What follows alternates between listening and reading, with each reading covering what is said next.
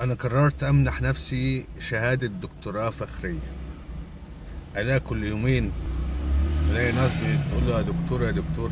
الله، خد الدكتوراه إمتى ده؟ هو اسم دكتور ده حاجة هينة؟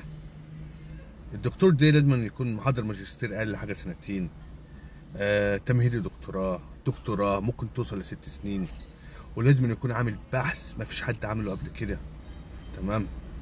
يعني بحث اللي هو على في جميع انحاء العالم، هو الوحيد اللي عامل بحث مفيش حد عمله قبل كده. تمام. فانا لقيت الناس كلها عماله تطلع شهادات دكتوراه فخريه، قلت انا امنح نفسي ذات نفسي دكتوراه فخريه. ايه يعني؟ هيبقى اسمي الدكتور عمرو. عارفين يعني ايه معنى دكتور؟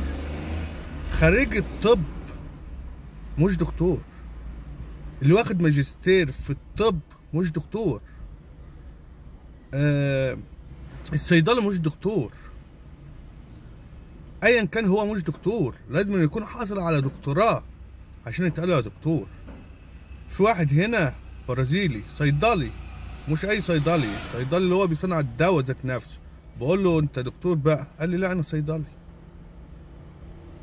يا جدعان انا بقيت اسمي عمرو، الدكتور عمرو، دكتوراه فخريه من الشارع. سلام.